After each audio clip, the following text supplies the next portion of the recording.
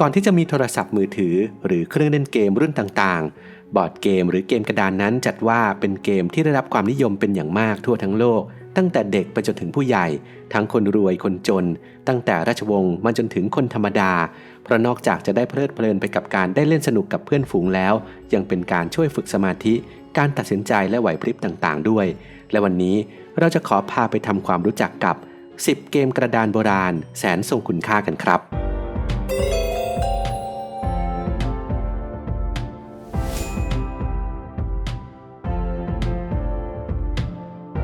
1. The Royal Game of Wu เกมกระดานเก่าแก่ที่สุดในโลก The Royal Game of Wu มีความเก่าแก่ถึงเกือบ 5,000 ปีเล่นกันมาตั้งแต่สมัยเมโสโปเตเมียโบราณชื่อของมันนั้นมาจากการถูกค้นพบครั้งแรกในระหว่างการขุดค้นสุสานหลวงที่เมืองอูทางตอนใต้ของอิรักระหว่างปี 1922 และ 1934 พบว่าเป็นที่นิยมเล่นในหมู่ผู้คนจากทุกชนชั้นทางสังคมกฎของเกมเขียนบนแผ่นจารึกโดยนักดาราศาสตร์ชาวบาบิโลนเมื่อ 177 ปีก่อนคริสตกาลไว้ว่าจะเป็นการแข่งระหว่างผู้เล่น2คนโดยแต่ละคนจะมีหมากทรงกลม7ตัวใช้เคลื่อนที่ผ่านกระดานไม้และจะต้องแข่งกันเดินตัวหมากทั้ง7ไปให้ถึงเส้นชัยก่อนอีกฝั่งซึ่งนอกจากจะเล่นกันอย่างแพร่หลายแล้วตัวเกมยังได้รับความสำคัญทางจิตวิญญาณและมีความเชื่อว่าเทพหรือสิ่งมีชีวิตเหนือธรรมชาติใช้เหตุการณ์ในเกมพยากรณ์อนาคตของผู้เล่น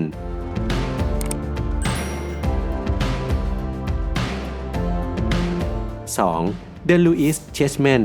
หมากหน้าตาคลาสสิกจากนอร์ทมีการค้นพบ The Louis Chessmen ครั้งแรกริมหาดอุ๊บบนเกาะลูอิสในสกอตแลนด์ราวปี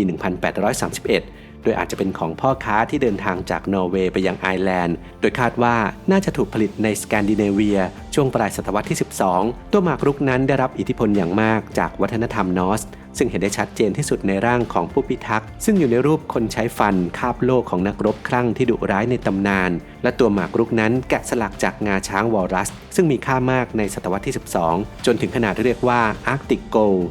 ในปี 2001 ภาพยนตร์เรื่องแฮร์รี่พอตเตอร์กับศิลาอาถรรพ์ซึ่งรอนแข่งหมากรุกเวทมนต์กับแฮร์รี่ก็ใช้ชุดหมากรุกจำลอง The Louis Chessmen ของเออร์วินฟิงเกิลพันธรักษ์ของพิพิธภัณฑ์ที่คลั่งไคล้เจ้าหมากรุกนี้เอามากๆเลยครับ 3. วารีเกมแห่งกลยุทธ์จากแอฟริกา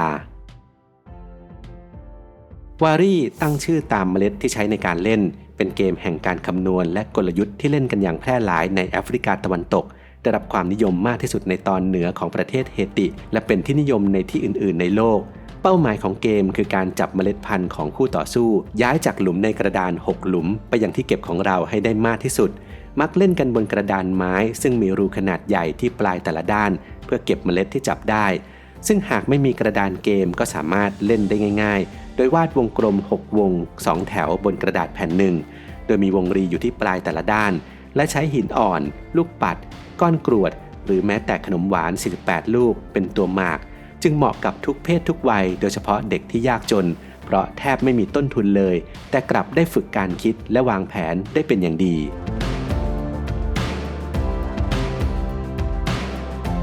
4. เซเน็ตเกมแห่งความตายของอียิปต์โบราณเซเน็ตเป็นหนึ่งในเกมกระดานที่รู้จักกันมากที่สุดของอียิปต์โบราณมีอายุประมาณ 3,100 ปีก่อนคริสตกาลโดยกระดานเกมนั้นประกอบไปด้วยช่องสี่เหลี่ยม30ช่องโดยแบ่งเป็น3แถวแถวละ10ช่องและมีเบี้ย2ชุดโดยใช้ไม้หรือกระดูกแทนเบี้ยแต่กฎดั้งเดิมนั้นไม่มีใครรู้จริงๆว่าเล่นกันยังไงและเนื่องจากวิธีการเล่นที่ต้องอาศัยโชคในการเล่นดังนั้นชาวอียิปต์โบราณจึงเชื่อว่าหากผู้เล่นประสบความสำเร็จและได้รับชัยชนะในเซเน็ตแปลว่าผู้เล่นคนนั้นอยู่ภายใต้การปกป้องของเทพเจ้าราแห่งดวงอาทิตย์เทพเจ้าทอสแห่งความรอบรู้และเวทมนต์รวมถึงเทพเจ้าโอไซริสแห่งวิญญาณโดยในยุคสมัยราชอาณาจักรใหม่ของอียิปต์บอร์ดเกมโบราณนี้ถูกนำมาใช้เป็นเครื่องรางสำหรับการเดินทางแห่งความตายดังนั้นจึงเป็นเรื่องปกติที่จะฝึกเล่นบอร์ดเกมนี้ข้างๆสุสานเพื่อเตรียมการเดินทางที่แสนอันตรายหลังความตาย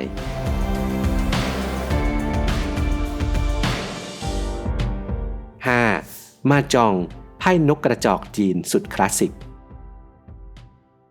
มาจองเป็นเกมใช้ทักษะ กลยุทธ์และโชคที่นิยมเล่นกันทั่วไปในจีนเล่นครั้งแรกในสมัยราชวงศ์ชิงในประเทศจีนราวปี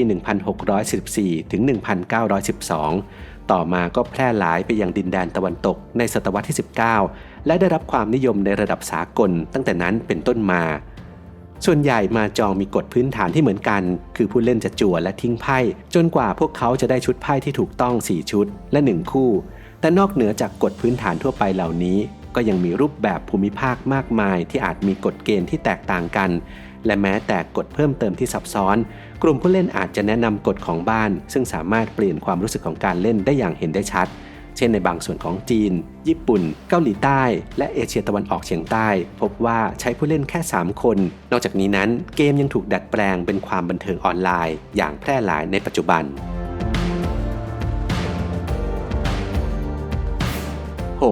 The Game of the Goose เกมยอดนิยมของชาวยุโรป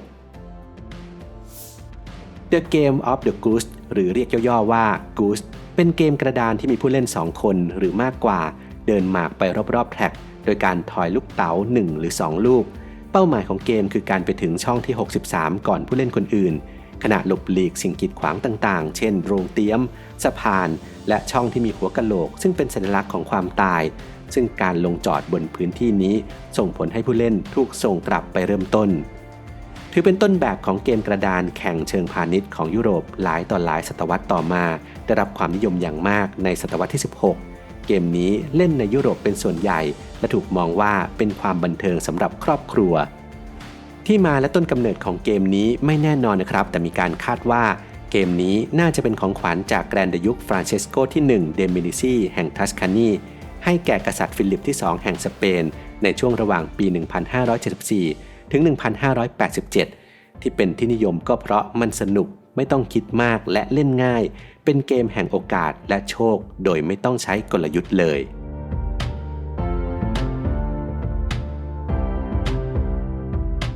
7. ซูโกโรกุเกมยอดฮิตของเด็กญี่ปุ่นซูโกโรกุถูกนำเข้ามาจากประเทศจีนครั้งแรกในศตวรรษที่ 8 แต่เดิมเป็นเกมที่ซับซ้อนที่เล่นโดยคน2คนโดยมีลูกเต๋า1คู่ซึ่งเป็นที่นิยมในหมู่ชนชั้นสูงชาวญี่ปุ่นต่อมาในสมัยเอโดะแผ่นซูโกโรกุได้รับการพัฒนาให้พิมพ์ด้วยไม้ราคาไม่แพงทำให้เล่นกันได้อย่างกว้างขวางโดยสามารถเล่นได้ตั้งแต่2คนขึ้นไปโดยผู้เล่นแต่ละคนเริ่มต้นที่จัตุรัสพ่อค้าที่มุมขวาล่างและเป้าหมายคือการไปถึงจัตุรัสที่ใหญ่ที่สุดในใจกลางโดยแต่ละตารางนั้นมีภาพประกอบอาชีพที่แตกต่างกันในช่วงปลายศตวรรษที่ 13 เกมกระดานนับพันถูกสร้างขึ้นโดยมีหัวข้อที่แตกต่างกันซึ่งเกี่ยวข้องกับศาสนาการเมืองและแม้แต่เรื่องสำหรับผู้ใหญ่ต่อมารูปแบบการเล่นนี้ได้รับการนิยมจนมีการเปิดตัวในนิตยสารสำหรับเด็กอยู่บ่อยครั้งเด็กประถมมักจะสร้างกระดานซูโกโรกุพร้อมกับความท้าทายในวิธีการเล่นที่แตกต่างกันนับไม่ถ้วน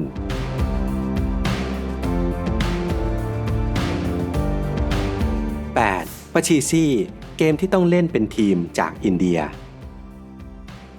ปาชีซี่มีต้นกำเนิดในอินเดียโบราณและเล่นกันมาอย่างน้อยตั้งแต่ศตวรรษที่ 16 เป็นเกมสำหรับผู้เล่น 2, 3 หรือ 4 คนโดย 4 คนมักจะเล่นใน 2 ทีมโดยผู้เล่นแต่ละคนจะมีชิ้นส่วนรูปรังผึ้ง4ชิ้นและสามารถเพิ่มได้ถึง16ชิ้นในบางเวอร์ชันตัวกระดานมีรูปร่างเหมือนไม้กางเขนด้านเท่าเป้าหมายของเกมคือการเคลื่อนย้ายชิ้นส่วนทั้ง4ชิ้นของผู้เล่นไปรอบๆกระดานก่อนคู่ต่อสู้โดยอาศัยการโยนเปลือกหอย6หรือ7ชิ้นโดยจำนวนช่องว่างที่เคลื่อนที่ในแต่ละตาจะพิจารณาจากการขว้างทีมที่ย้ายชิ้นส่วนทั้งหมดไปยังเส้นชัยก่อนจะเป็นผู้ชนะชื่อของเกมนี้มาจากคำภาษาฮินดูบักชิสซึ่งหมายถึง25ซึ่งเป็นคะแนนที่มากที่สุดเท่าที่จะเป็นไปได้โดยการโยนครั้งเดียวเกมนี้จึงเรียกอีกอย่างว่า25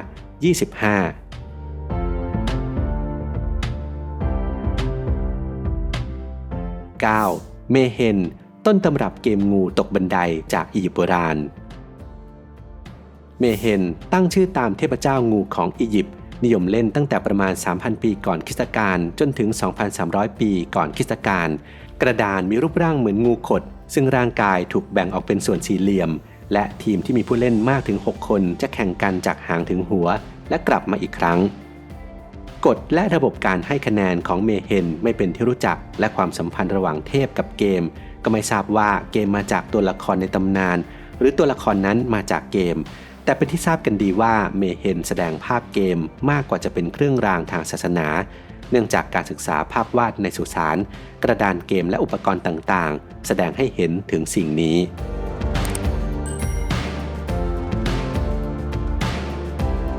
10. โถวาติกันรูปอาแจ็กและอะคิลิสเล่นเกมกระดาน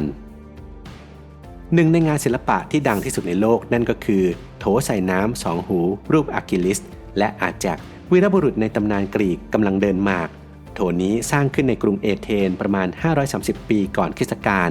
โดยเอ็กเซเกียสซึ่งศิลปินวางองค์ประกอบของภาพและใส่รายละเอียดเล็กๆน้อยๆลงไปได้อย่างเหมาะเจาะเช่นอะคิลิสยังคงวางหมวกอยู่บนหัวของเขาซึ่งแสดงให้เห็นว่าเขามีพลังมากกว่าอาแจ็กซ์นอกจากนี้อาแจ็กซ์ยังยกส้นเท้าขึ้นเล็กน้อยบ่งบอกว่าเขาประหม่าเมื่ออยู่ต่อหน้าอะคิลิส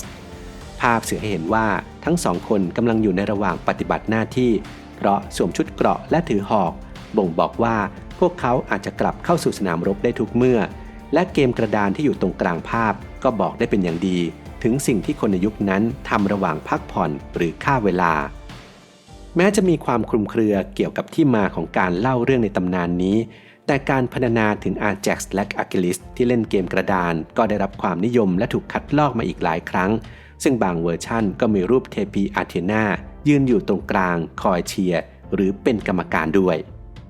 ทั้งหมดนี้ทำให้เห็นว่าการเล่นเกมนั้นมีมานานและไม่ใช่เรื่องไร้สาระหากแต่ต้องเล่นอย่างพอดีและบริหารเวลาให้ถูกต้องมันก็จะช่วยพัฒนาสมองและทักษะของเราได้มากกว่าความหมกมุ่นนั่นเองครับ